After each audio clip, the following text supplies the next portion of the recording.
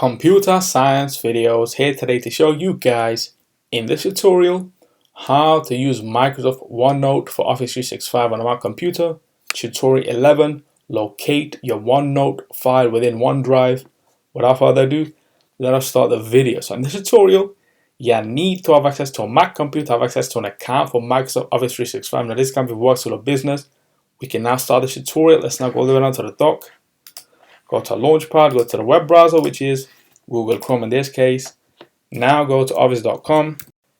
Make sure you are signed into the account. Go to the left-hand side navigation menu, click on Applications, All Applications, scroll to Explore All Your Applications. Now go to OneNote.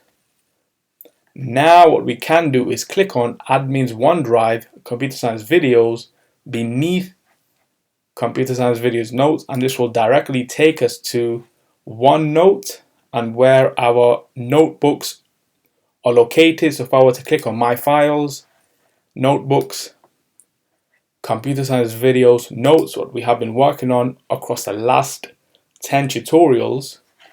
So if I now were to close OneNote, OneDrive, OneNote, let's now go to OneDrive. Within My Files, click on Notebooks. Click on Computer Science Videos Notes, and here we have it, the OneNote document that we have been working on, located within OneDrive on screen. So we can now quit Google Chrome. And so that's it for this video. I'll see you guys in my next tutorial. Thanks for now.